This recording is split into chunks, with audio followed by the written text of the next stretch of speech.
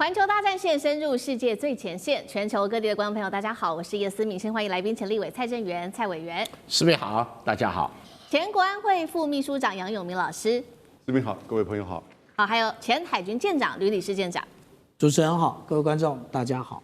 好，观众朋友，今天节目我们赶快来关心到今天的开场大主题，要来关心的是美国的内政，政府现在关门进入2个月了，粮食券现在正式的已经要喊卡了，4200万名的美国人恐怕陷入在饥荒当中。而这一场风暴，大家一开始看本来以为是这一些比较贫穷的人会陷入饥荒，但是现在这样的风暴已经快速的扩散到美国的中产阶级了，法院也紧急拨款，希望能够救得了这一些民众不要挨饿。但是我们来看到川普的民怨现在是炸锅了吗？等一下都会一起来做解读。今天开场3个火线话题，会请来宾来帮我们做解读。首先，政府关门，确实现在从11月1号开始，4200万人就是粮食券会暂停发放了。法院很着急哦，这时候临时拨款，希望能够来做救急，但是真的能止血吗？还是我们要来关心的是美国的财政体系正式迈向全面崩溃呢？第二件事情是刚刚提到的，不只是底层人挨饿哦，风暴已经蔓延到中产阶级了。美国社会走向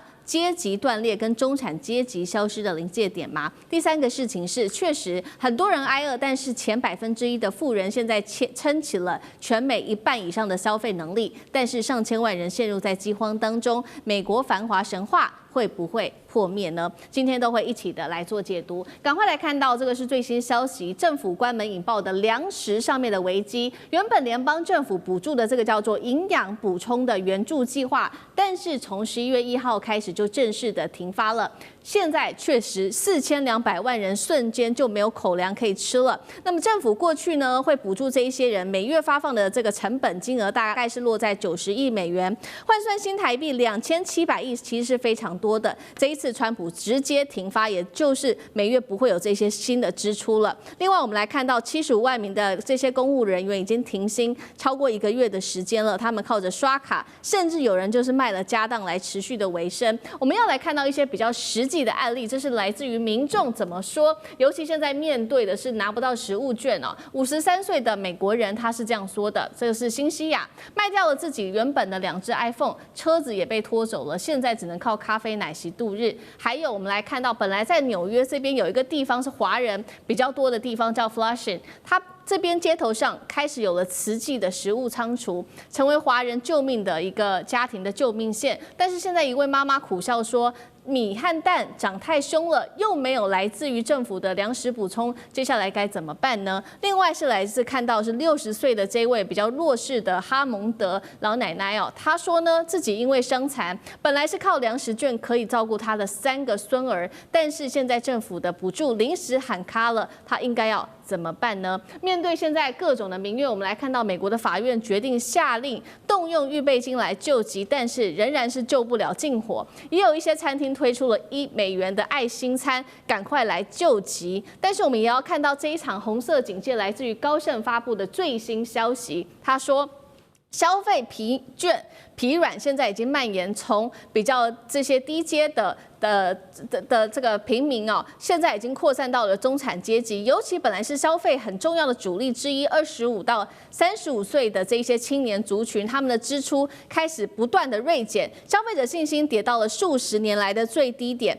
但是我们看到来自于穆迪的报告，全美10%最富有的群体，他们占全国1半以上的消费，而底层跟中产阶级现在消费正在紧缩当中。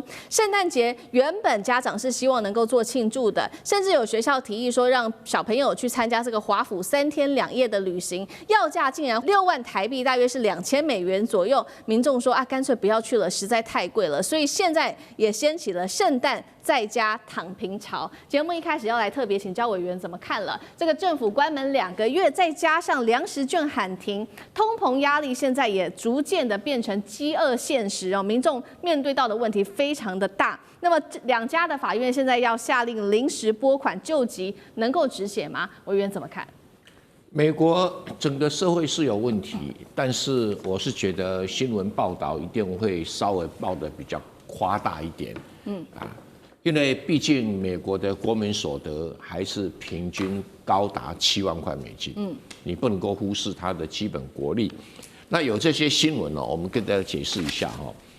美国这个发放食物券，所谓的4200万人，它的起始的原因不是说因为你穷，所以我才发食物券给你，或者不能把它推论为你如果没有食物券啊，你就活不下去。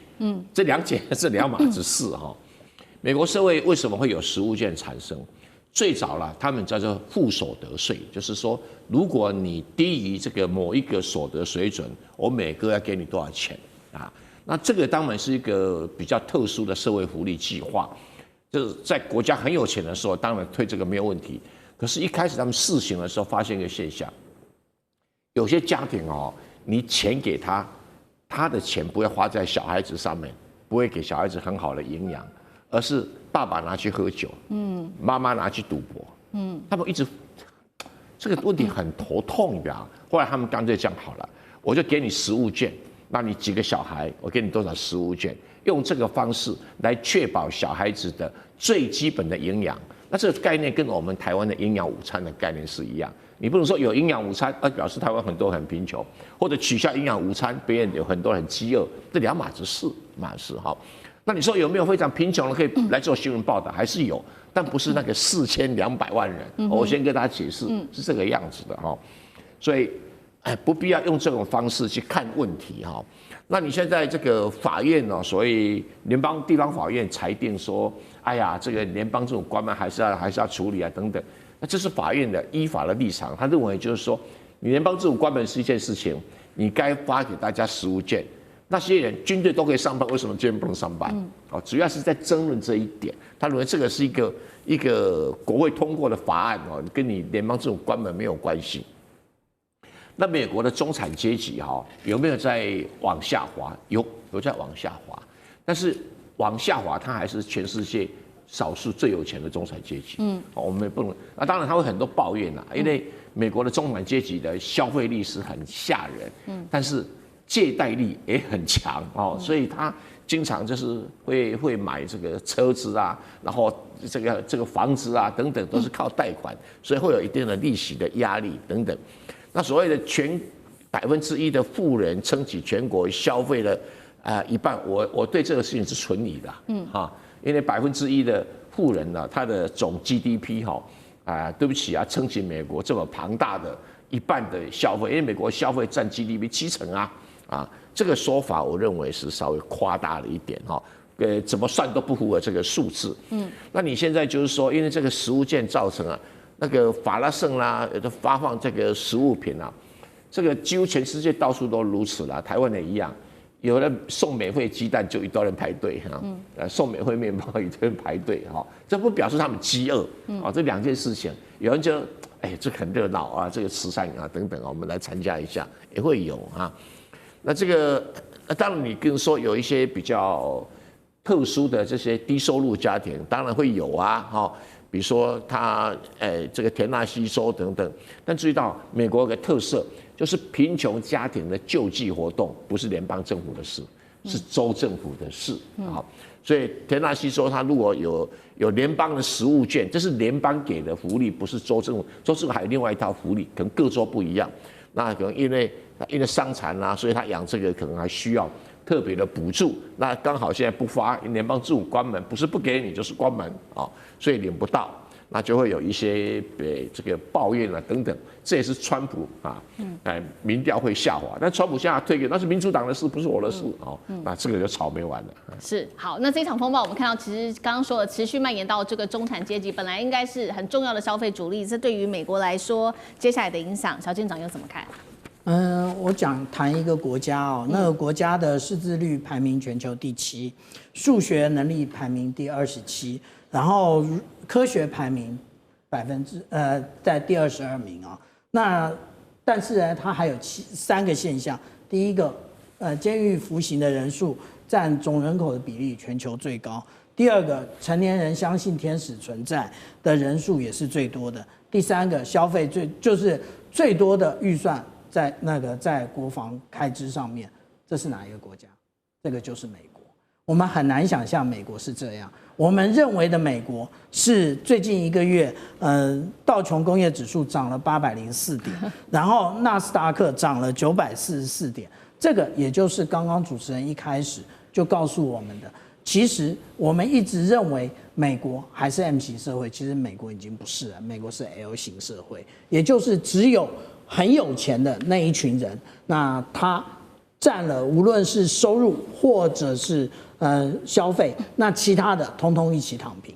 那这一个 L， 而且这个 L 还长尾啊，这 L 的人数非常多，所以我们讲说啊，我刚刚讲的数据还不是最新的，也就是刚刚讲到说有关于识字率啊、数学或者是科学的排名，这个是2012年美国有一部很有名的叫做《新闻急先锋》，这一部那个美剧，它一开始它就是这样讲。时过13年了，美国的状况有变得更好吗？没有。为什么？因为美国奉行了精英主义，他们一直都认为，反正我精英是无法世袭的，都是要靠着自己打拼出来。真的是这样吗？我们看看当初讲哈佛，当初讲斯坦福，到底有多少学校的学生因为爸爸妈妈捐了很多钱，他可以进到这些学校去，而且还可以顺利毕业。这个也就是我们想一想啊，说大家以前认为就是僵固的 American Dream， 那美国梦真的是精英的所组成的吗？不是，而且偏偏是这个状态啊，反而大家要付出这个不平等的代价。这个就是我们讲到之前的诺贝尔经济学奖，史蒂格里斯他特别讲到这件事情，这个也就是会滋养了极端主义。我们现在就看到美国的社会已经变成如此。刚刚小县长帮我们特别提到美国的 L 型社会，也请老师来带我们看，现在是不是呈现一个两极化？杨老师。美国人均 GDP 是85000美元哈，但是它没有什么最低薪资了。它因为我们台湾是算月薪嘛，美国人不是这样，美国人算以打工最低薪资多少？联邦有规定，这个还真的蛮低的，是7.25美元1个小时。但是有一半以上的美国的州啊，那每个的州的规定又不一样，大概就是15块美元1个小时。像加州是16块，华盛顿州也是16块。然后呢，每个这个 county 哈，它可以有更进一步的规定。所以全美国最高的这个时薪啊是在哪里？在好莱坞，19.65美元。所以如果你一天工作个8个小时，一个礼拜工作5天，其实你可以大概如果用15块来计算的话，可以得到台币7万块以上。如果说台币7万块以上扣掉税，因为又有地方不同，比如在纽约市，你要扣州税，你要扣这个市的税，你所有的消费，所以还会因为有地点的差异。比如说在中西部，它的税就比较低。然后呢，你的消费通常过去，因为还记不记得4月份川普打全球贸易战之前，大部分国外的商品进入到美国，几乎都是2%的税，或者是最高2.5%。中国大陆大概是23%。那所以呢，其实全世界的东西就到美国来。通常你在超级市场，因为我在美国住过4年的时间，你会觉得那些东西相较于其他国家真的是比较低一点啊，价格比较低，因为大量的这个消费，而且在美国的环境，其实除了在都市之外哈，你大部分的郊区那个都是比较开阔的，所以呢，他们的生活其实是不会像一般我们在亚洲这些都市里面感觉这么拥挤。对。但是呢，他们的消费的习惯呢，通常就习惯于一些比较低价。今年的问题来了，就这几年呢，应该是说，那今年问题更严重，开始物价的不断的往上涨。不断往上涨的情况之下呢，中产阶级大概是年收入平均是10万美元，10万美元以台湾而言呢，都算是这个高收入了哈。对。可是呢，在美国现在10万美元可能在一般的生活哈，都可能要相当的拮据了。是。你想想看，我们在台湾买一个大麦克一套餐，大概是160块台币 ，Uber 再贵一点。那可是呢，到美国最便宜的是15块，贵的到18块甚至20几块，美金，那就是台湾的大概3倍这么高。所以它现在的物价使得很多人就是开始变成就是美式繁荣会怀疑，可是它又集中在少数人的这个财富上面，这是资本体系里面的这种情况。可是他的就是大学毕业之后呢，如果你工作行业选对的话，你往往那个收入就会跳得很快。所以那个是一个靠个人竞争、靠个人能力，但是呢有一些基本的保障，因为它整个派非常大。所以你要说美国多么的贫困，其实真的还不至于。但是呢，它跟以前相比，的的确确现在是辛苦太多了。好，谢谢杨老师。那我们休息一下，马上回来。地缘政治、内中之争、战略价值、强权崛起、小国生存，现在与未来洞悉事件走向，掌握世界脉动，全球观点尽在环球大战线。好，中美之间的晶片战，赶快来看到是这一回是川普要怕了吗？因为他吹牛说呢，这个 Blackwell 领先了10年，结果竟然是被黄仁勋亲自打脸。另外，今天也会来关心到的是大陆的长兴 HBM 有了重大的突破，美中的这一场科技战现在可以说是正式的要彻底脱钩了吗？今天我们会一起做解读3个火线话题，等一下请来宾来帮我们做解答的。川普呢吹牛，他说 Blackwell 领先10年，结果黄仁勋就冷回他说，事实上呢只差了几奈秒而已。美国禁令会不会让中国反而自己突围呢？等一下来关心的是长兴的这个新的记忆体的技术哦。现在说良率已经逼近了3星，市占率更高达15%。中国记忆体4强正式诞生，美国还有办法卡脖子吗？最后我们来看到是会不会有了华为撑场 AI， 长兴撑记忆体，中美之间未来会各走各路呢？今天都会一起的来做解读。我们来赶快关心到的是中美的科技战火越烧越旺。这一回呢，川普他在搭这个空军1号的时候，再度的开口，他这样说，狂吹。他说辉达的 Blackwell 晶片卖给别人，这一款晶片比其他所有晶片领先了10年，而且他说不会把这一款晶片卖给中国。另外呢，我们来看到黄仁勋就是立刻打脸了，他说中国晶片只有落后几奈秒的时间，任何低估华为的行为，他认为都是非常的愚蠢的。好，那杨老师怎么看？你知道奈秒它是一个时间单位，它是1秒的10亿分之一，哦，那我们通常有人大概现在都知道医美讲皮秒，对不对？那1奈秒等于1000皮秒，所以这个是它的形容，就是说非常的短暂，哦，非常的短暂。中国跟美国这个差距，但这个差距它的形容当然这是一种形容词，你一定要了解啊。可是实际上，现在你看黄仁勋这1、2天正好就在华盛顿召开辉达的就是开发者大会，他又再一次的强调，因为在 APEC 的会议上，哦，他也做了演讲，在他演讲之前，川习会举行，可是没有谈到晶片。美国这边是有就是说提到大陆这边会解禁一些限制，可是大陆这边也都没有提到任何相关的晶片的问题。那尤其就是辉达的 Blackwell， 而川普也明确的讲，他没有谈到这个东西。可是黄仁勋就不断的说，你要卖给他，因为他现在过去的市占率从95%现在降到几乎是0，而整个对华的市占率不断的往下降。H20这种降格的产品都被认为要增加课税，被美国要课15%，而中国大陆官方甚至说这边可能有后门。那习近平还把它当作笑话，跟李在明说：“我送了一个小米机啊，看看是不是有后门。”所以这样的情况显现出辉达在大陆这边呢的这个市场现在受到局限。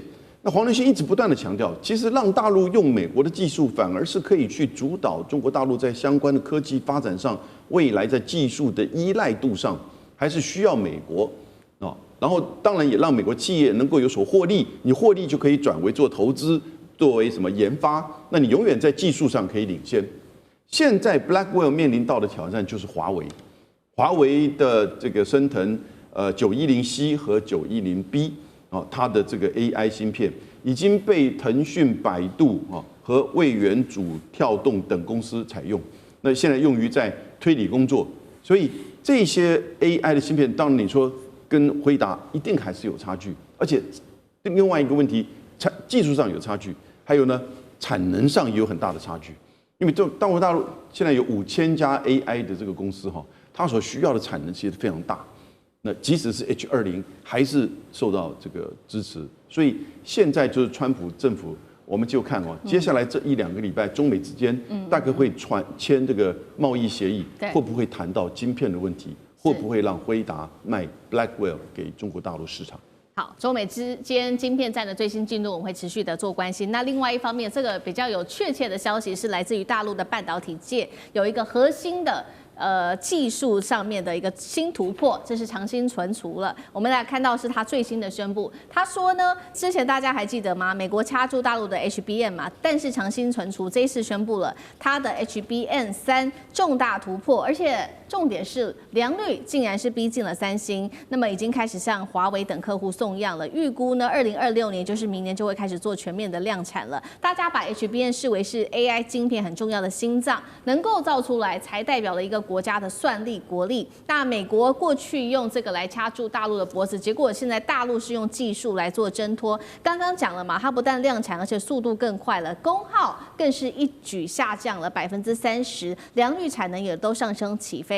目前现在做了一个估算，说明年底大概全球市占就可以高达15%，让大陆正式杀进了记忆体4强的行列。那么长兴存储也预计了，明年的第一季就会在上海正式的 IPO， 市值现在预估上看3000亿人民币，这是中国科技业跟美国分开的一个重要分水岭吗？美国未来还能靠 AI 记忆体卡大陆的脖子吗？委员怎么看？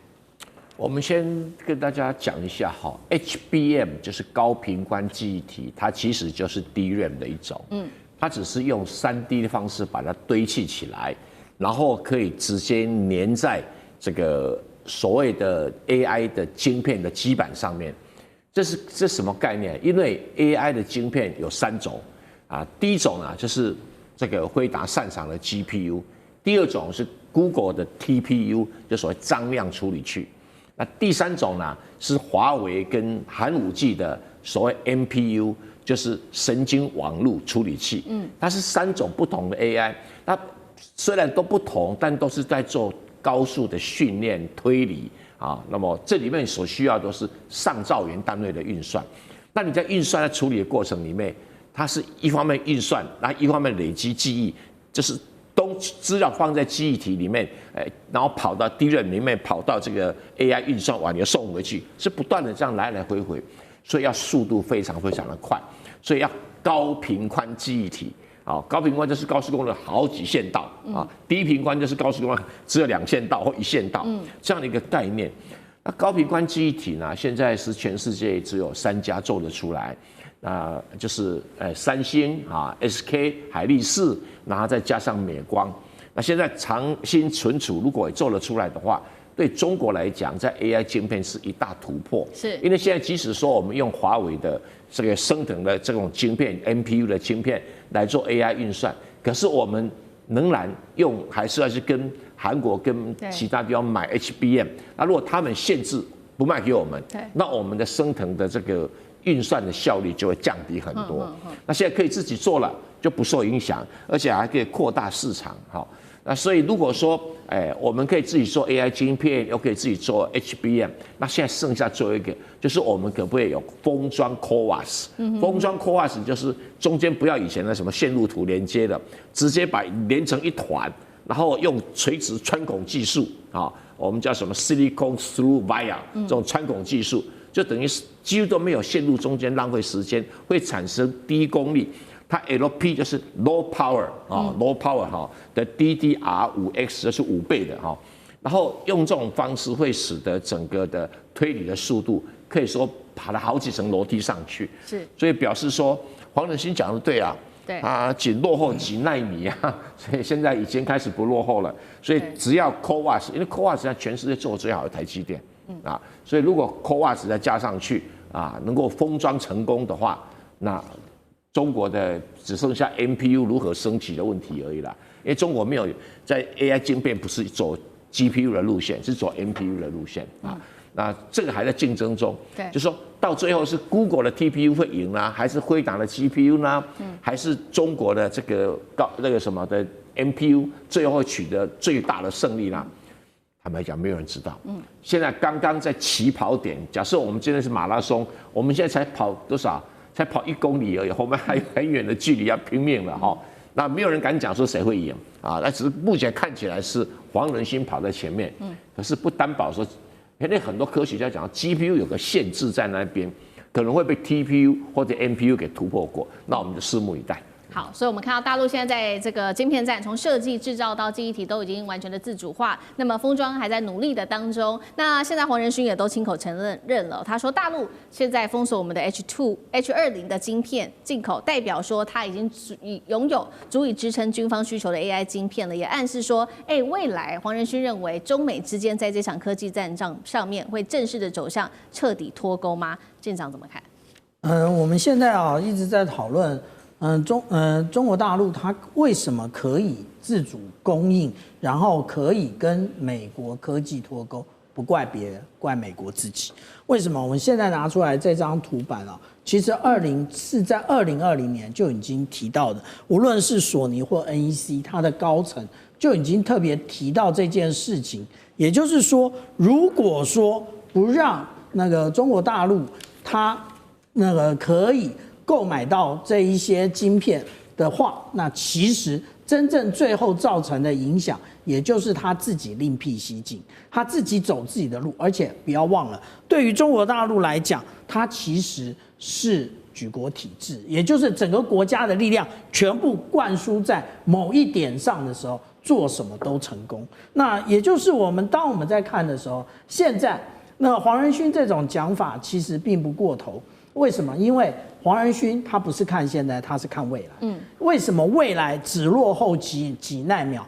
真正的原因是因为这一个，无论是华为，或者是我们等会还有可能会提到的小米，他们自己都形成了固定的生态圈。然后这个生态圈已经有别于 iOS， 或者有别于 Android， 有别于 Microsoft， 它自己形成之后，举国体制又在进行这个内循环，然后大家认为说，那就是你中国独强而已，那就是你自己关起门来强而已啊，不是？为什么？最近我们终于看到了，2025当初大家讲中国制造无感，可是现在稀土变得有感。稀土当然现在这一个已经就是递延1年后实施，也就是有关于稀土的申请，你必须要用中国的软件，你必须要使用中文申请。这个也就是从内循环把外循环一起拉进来，当内外循环一起转动的时候，对不起，黄仁勋讲的就是只差几奈秒。好，谢谢舰长。那我们休息一下，马上回来。地缘政治、内中之争、战略价值、强权崛起、小国生存，现在与未来洞悉事件走向，掌握世界脉动，全球观点尽在环球大战线。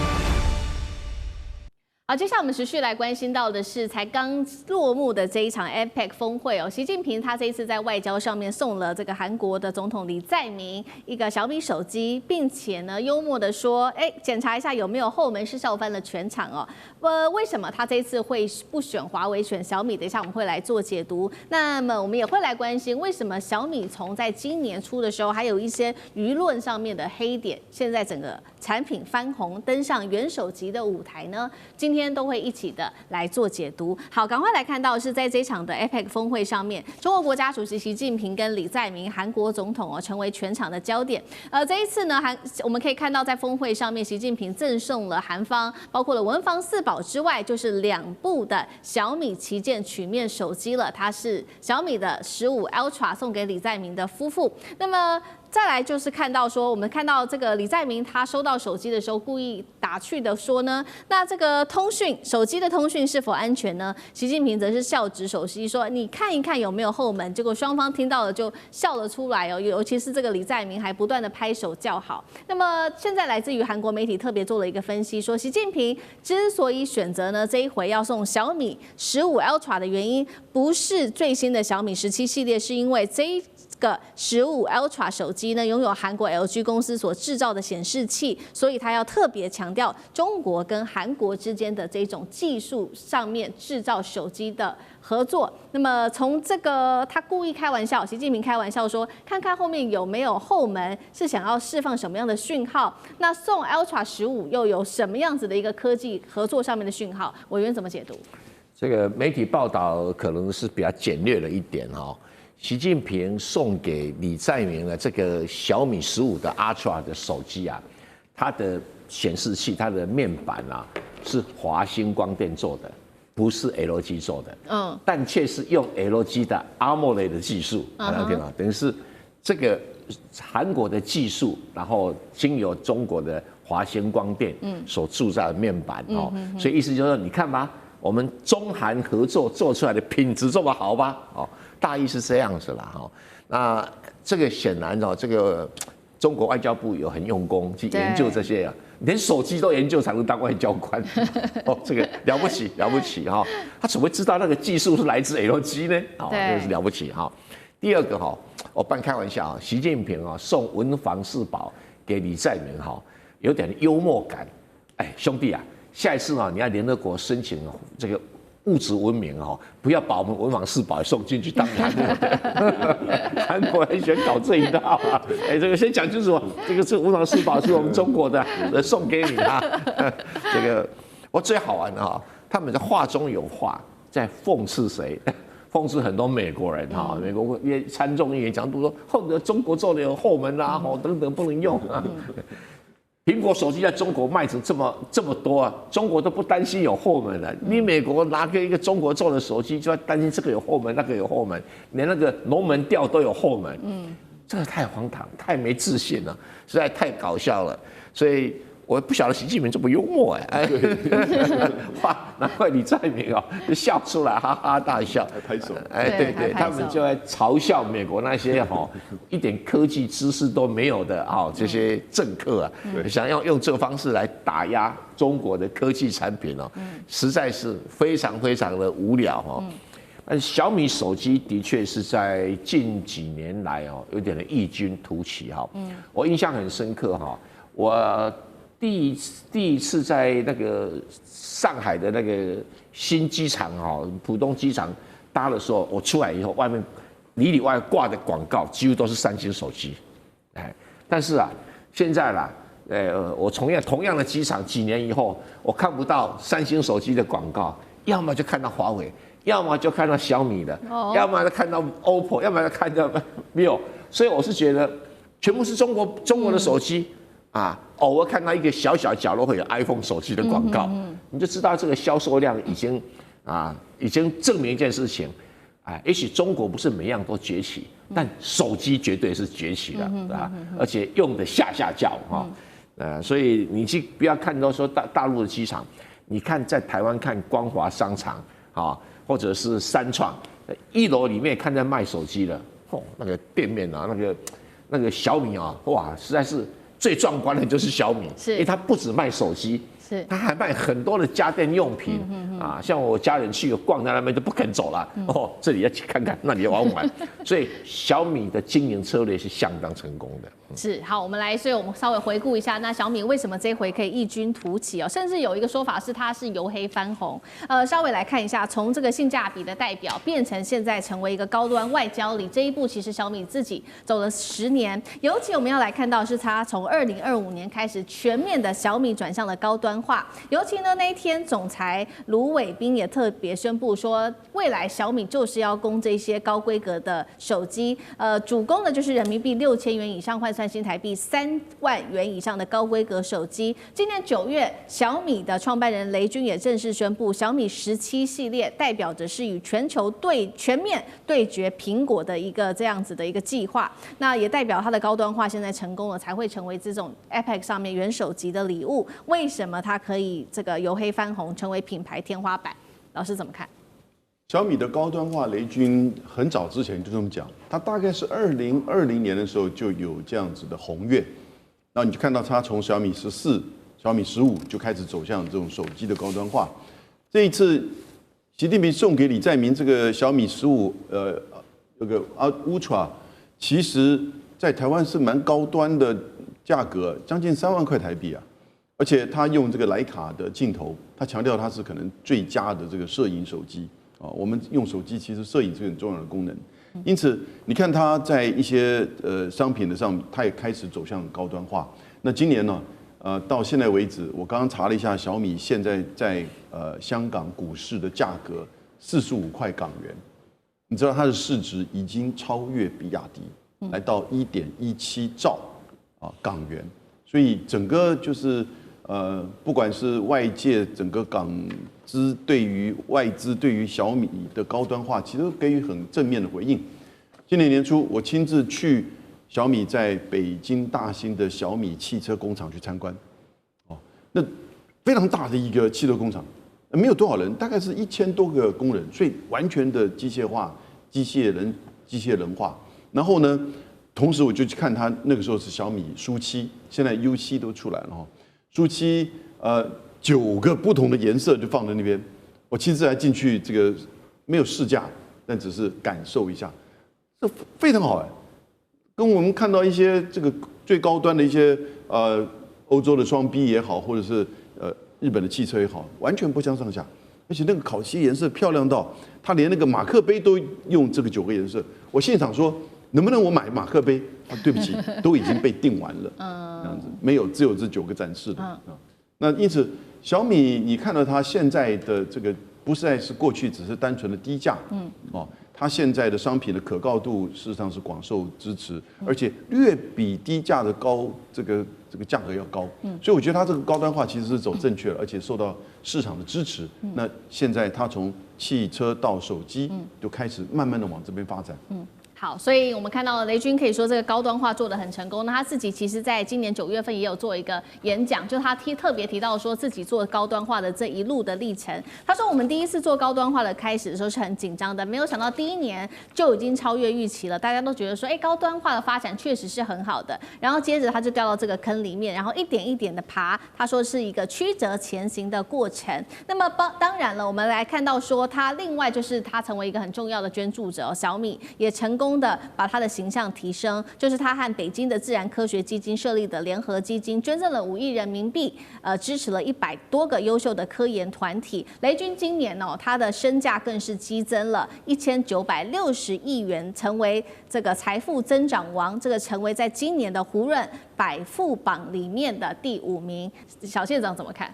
我们在讲说这一次无论是习近平主席或者是李在明总统，其实他们都在强调的一件事，也就是中韩之间的一个文化的一个联系性。那我们刚刚讲到的是有关于现代化科技，就是小米手机的部分。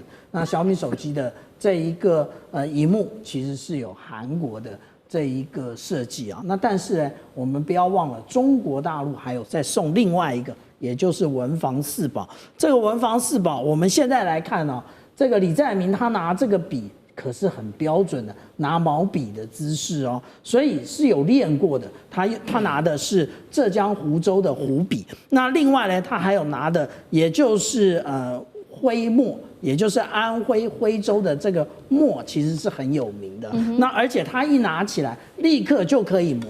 那大家觉得这个代表什么呢？其实这就代表了韩国受到了中国的汉化有多么的深。那我再另外拿出一个证明也就是我们看他们的那个 F-15的战机上面写的整个带弹刻骨延平，延平是在韩国，这个是他们的战机上面写的是中文。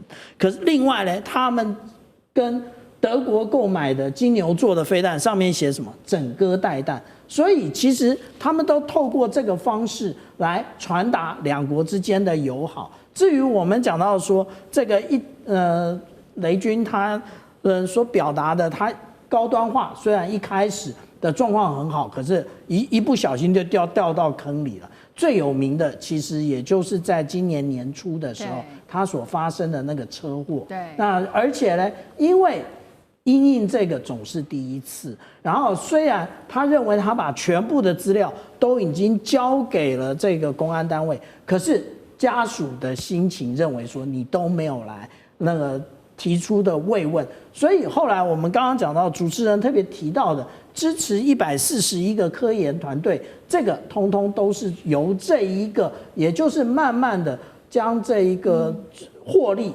回馈给社会，然后让大家知道说这个小米其实它并不是，也就是将本求利的一个企业。那它其实有回馈社会的精神，那这一点一点都是慢慢累积而成的。当然，这一个我们讲到的，它的这个成功是我们目前所看到的，但是其他公司不会教，这个每一步都必须自己走出来。好，谢谢小舰长。那我们休息一下，马上回来。地缘政治、美中之争、战略价值、强权崛起。小国生存，现在与未来洞悉事件走向，掌握世界脉动，全球观点尽在环球大战线。好，接下来特别来关心到，在俄乌战场现在有一个比较最新的、比较升级性的一个进度，我们要来看到的是乌克兰战场现在变成了美俄它的飞弹对决的一个试验场。我们赶快来看到最新消息哦，这是来自于乌克兰的外交部长首度证实的，俄军现在动用的这个飞弹是9N729飞弹，是当时被这个中程核飞弹条约明令得禁止的这个飞弹，现在竟然用它来攻击乌克兰哦，算是俄军首度的动用了。那么它的射程，根据了解，最大射程是2500公里，而且它是可以搭载核弹头跟传统弹头的。过去刚刚说了，是被美俄列为是中程核飞弹条约里面禁用的一款飞弹。为什么他要把它拿出来呢？这一回，等一下我们都会一起的来做解读。那么它是来自于这个外长，他是这样说的，他说这个俄罗斯的外长说这是普丁对美国总统川普终结战争外交努力的一种蔑视，才会射出这样子的一个飞弹。CNN 也来报道了，他是说除了普丁有动作之外，我们来看到川普也有动作了。五角大厦已经同意向乌克兰会来提供美制的战斧的巡弋飞弹计划。那么川普做回应说没有考虑批准，但是呢很难说，或许我未来会改变我自己的想法。针对这样子的一个飞弹做使用，委员怎么解读？乌克兰会不会成为美俄飞弹对撞的核火线最前线？已经是如此了哈。先跟大家说明一下，9M729是可以载核导弹跟常规弹药的这一款巡弋飞弹的，它基本上有个外号叫螺丝起子，screwdriver 是这样的一个名词。它由伊斯坦克格尔那个导弹系统就可以发射了，它是一个陆基发射的。那过去美国这个俄罗斯的签的中程核飞弹条约是限制什么？在500公里以上，在5500公里范围里面都称作中程飞弹。那任何可以装载中程飞弹的这些武器通通要销毁。那俄罗斯销毁的比较多，销毁了几千枚，那美国只有销毁了几百枚。那这是1987年达成的协议，大家都遵守。可是后来美国的这个战斧导弹为什么没有在这限制范围里面？因为美国的战斧导弹是空基跟海基的，它当时只规定陆基的受限制，空基跟海基的不受限制。这个叫什么？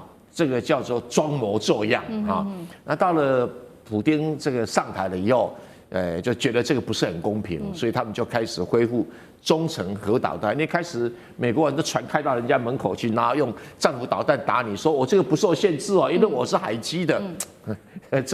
这个叫掩耳盗铃嘛那所以俄罗斯它当然没有那么大的海军的舰队，所以它就开始发展这一类的中程核飞弹。那这一次在乌克兰上面就把这个9M729拿出来。其实最早要限制的，美国想限制的就是 9M729，这个叫螺丝起子导弹。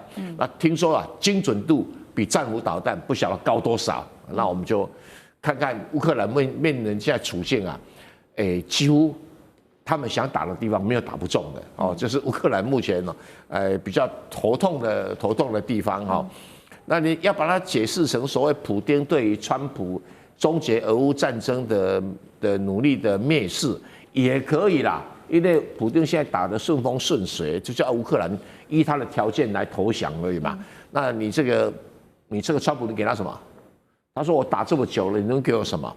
那再加上这个，红军城只要陷落，应该差不多了。如果只要陷落，那这场战争就结束了，剩下已经不是重点了。哦，所以他用这个俄罗斯式的战斧导弹啊，怎么打？他说只要他成本划得算，他就会怎么打。好，所以我们看到现在美俄的飞弹现在在乌克兰境内不断的互轰。那另外一方面，战场的第一线，刚刚委员帮我们特别提到了红军城，现在呢对于乌克兰来说非常的不利简直可以说是陷落了。我们来看到，现在乌军的部队仍然是在东部的重镇这个红军城这边展开一个全面行动，要反击这些入侵的部队。那么俄罗斯的说法，他说早就已经用前行的攻势完成了对于红军城的包围。美国智库是这样分析的，他说俄军突袭部队正在寻求绕过乌克兰，在红军城的据点路线渗透到乌方的这个防线的后方。简单来说呢，现在战争研究所的一个披露，意思就是说，俄军派出他们的炮灰部队做前锋来吸引乌克兰的无人机跟炮火。那么吸引到之后呢，他们再用自己的主力部队去锁定坐标，来做一个比较精准针对于乌克兰的轰炸。怎么看这样子的一个做法，吕舰长？我们刚刚讲到这个9M729的那个飞弹啊，其实它就是长成这个样子，它是左边的这一枚，右边这一枚呢，就是刚刚郑源老师所讲的伊斯坦格尔的这个飞弹，它是可以用同一个运输载具的。但是呢，我们看到这个俄罗斯的国防部它有趣了，它公布他们这两款飞弹其实都是同一个载具发射，它公布的射程呢，480公里，490公里，这根本就是掩耳盗铃，绝对不是这样的一个射程。是这样的真正的，如果按照这个智库的研判的话，它的是2500公里。2500公里是一个什么概念？也就是几乎所有北约的成员国通通在内。那当然有很多的说法，说为什么会使用这一种飞弹？那大家有人说，哎呀，这个俄罗斯的飞弹要用尽了，错。其实它真正的原因，也就是展现它的核武实力。因为这个其实，按照我们一般的讲法，也就是核弹头跟常规弹头都能使用。它现在用的是常规弹头。但是我这样子慢慢的飞啊，我就是让你们看清楚，这个未来可以携带核弹头，你们再说用这一个战斧试试看。战斧是怎么一回事？大家忘了吗？战斧就是提风飞弹，提风飞弹在今年的这一个互生匕首的这个军演的时候，实际上已经在澳洲发射过一次，它就是从陆地上发射的，所以美国早就没有在搞这个中导协议的那个约制了。那至于红军城的部分，因为有很多的我们的观众在讲，小舰长，你讲红军城已经讲了1年多了，对，因为很难打。那这一次现在我们讲到说这个前行攻势，就是这个位置，其实红军城在这个位置，然后其实这个两边前行之后呢，直接封锁了它的那个未来它的一个乌克兰部队它可以撤出的路线，我们在这里可以看得更清楚啊。也就是现在俄罗斯的打法，它就是我们刚刚讲到的这个义务海军陆战旅直接切穿。它为什么要这样切穿？因为它这样切穿之后，让这个红军城这一片通通都是红军城，让红军城的乌军直接切割成2个部分，那这个比较浅红色的都是10月他才刚占领的。我们不要忘了前行有另外一边啊，他这里就是要跟上面呼应，然后直接的汇合之后，然后这下面的就直接的被那个前行包围在里面。这就是俄罗斯从我们之前讲到的库斯克一直打到现在红军城，他一直使用这个路线，而且这里面最糟糕的，我们刚刚讲到这个北边，也就是罗金西克的部分，那南边呢，其实我们所看到的这个谢利多沃这个部分，它有一条公路，这个公路其实现在通通都在俄罗斯的手上。那在俄罗斯的手上是什么状况？它可以不断的那个军援它的最前线的部队，但是相对于乌克兰来讲，它后继无力。所以我们讲到说，这一个红军城大概也就是在这一个礼拜，大概就已经被扫平。这个已经可以算是当年乌克兰为了因应俄罗斯的可能威胁建立的堡垒城市的最后一个。好，所以我们刚刚看到是红军城，也就是战场的第一线，提供给观众朋友现在最新的战情。那另外一方面，在外交领域，我们也要来看到的是，原本大家还记得吗？当时不是说了吗？这个川普跟普丁两个人会见上面来谈这一场布达佩斯的和平谈判。本来说是要延期，但是来自于英国的《金融时报》最新爆料，他说事实上俄方是非常不满意美方的，因为他当时呢，其实俄方开出了备忘录条件，包括3个，第一个要乌克兰割地，第二个要裁军，第3个不加入北约，但是后来双方没有谈好，等于是破局了吗？美国接下来会不会对俄罗斯采取一个更强烈的反扑？杨老师又怎么看？我觉得在10月16号双方在阿拉斯加会谈的时候。本来不是川普希望普丁停火、停战，结果他反而被普丁说服了，要和平协议。但是怎么样达成和平协议呢？他自己还后来接待了7个欧洲国家的元首以及泽伦斯基，把那个图都画出来了。虽然泽伦斯基说这个图是不对的，他就是要这个4个州。但美国我觉得刚开始的态度其实是弹性的，因为。大部分其实都被占领了，而且战争的这个局势是倾向对俄军有利。那可是呢，看到这2天，就刚才盛敏提到的《金融时报》就在讲，不过我觉得《金融时报》其实都在帮乌克兰讲话，这也可以理解。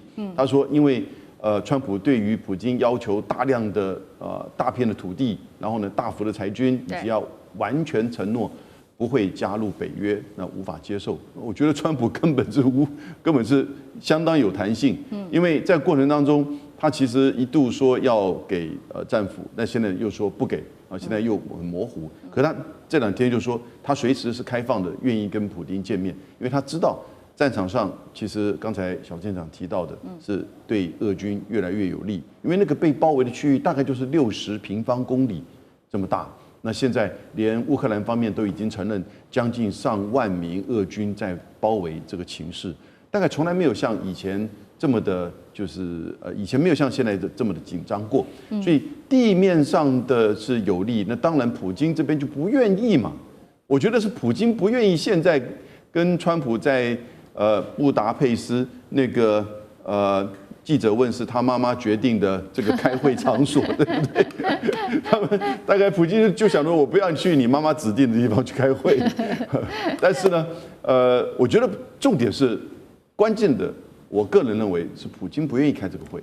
是，川普当然愿意啦，因为川普他无所谓，成不成就其实都无所谓，因为他都认为会往前走。可是普京就觉得说，我既然在战场上已经有成就，而且知道你大概对乌克兰的帮助其实也是不情不愿，所以呢，我就慢慢拖。但是呢，我是建议普京不要拖太久了。你拖太久的话，其实我觉得川普可能明年就进入到选举年了。